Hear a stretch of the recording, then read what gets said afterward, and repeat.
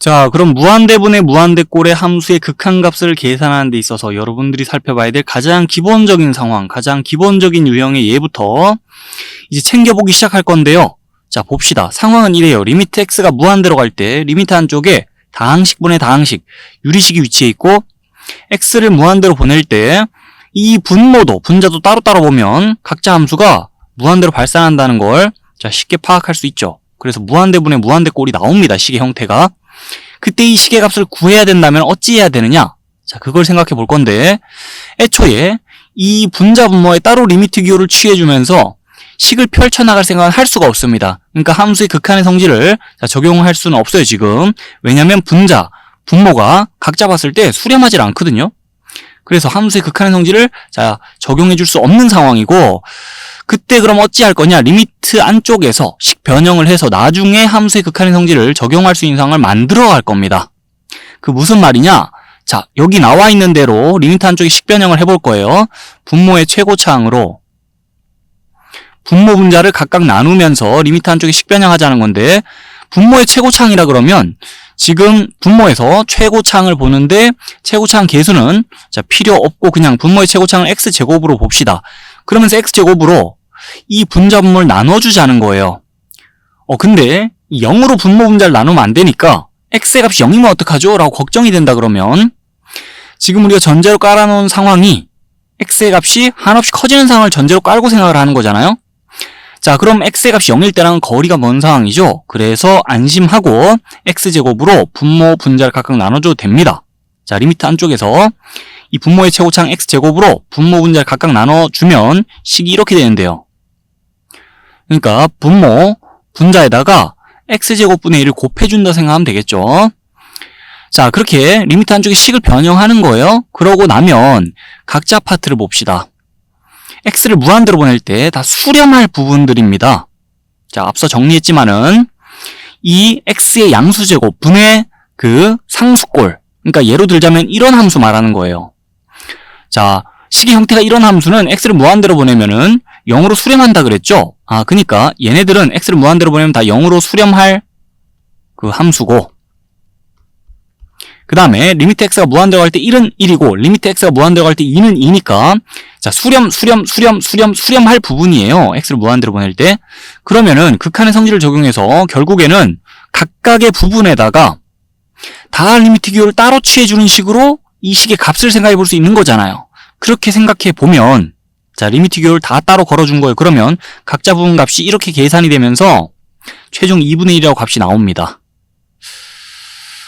자, 그래서 원래 우리에게 주어져 있던 식의 형태는 그 무한대분의 무한대꼴 부정형이었는데 극한의 성질도 적용할 수 없던 상황에서 자, 우리 그 무한대분의 무한대꼴을 탈출하는 식으로, 그래서 극한의 성질을 적용할 수 있는 식으로 리미트 안쪽에서 결국 또 식 변형한 거예요. 그래서 이 내용을 이용하기 위해서 자, 초기 단계의 분모의 최고차항으로 분모 분자를 각각 나누면서 식 변형한 겁니다.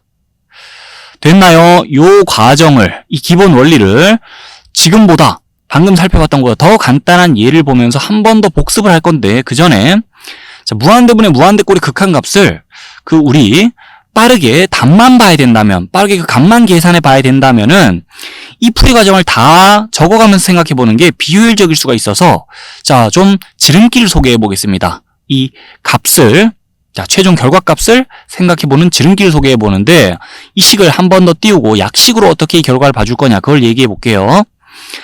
보면은 x가 무한대로 갈 때 분모, 분자가 다 따로따로 양의 무한대로 발산할 거다라는 거 쉽게 생각할 수 있는데 그거는 지금 최고차항 계수가 양수기 때문이고 자, 최고차항만 봐도 사실은 무한대분의 무한대꼴 나온다는 걸 알 수 있죠. 그리고 사실 이 식의 값을 최종적으로 계산하는 데 있어서도 위의 과정을 잠깐 다시 보면 자, 식 변형했어요. 그리고 나서 얘네들 다 0으로 가요. 그러니까 최고차항이 아닌 부분들은 어차피 식 변형 후에 x를 무한대로 보내면 다 0으로 가면서 이 결과값에 영향을 별로 못 미치는 부분이라 보고 그런 영향력을 미치지 못하는 애들은 애초에 그냥 없다 생각하는 겁니다. 최고차항 빼고는 분자 분모에서 다 지워버리는 거예요.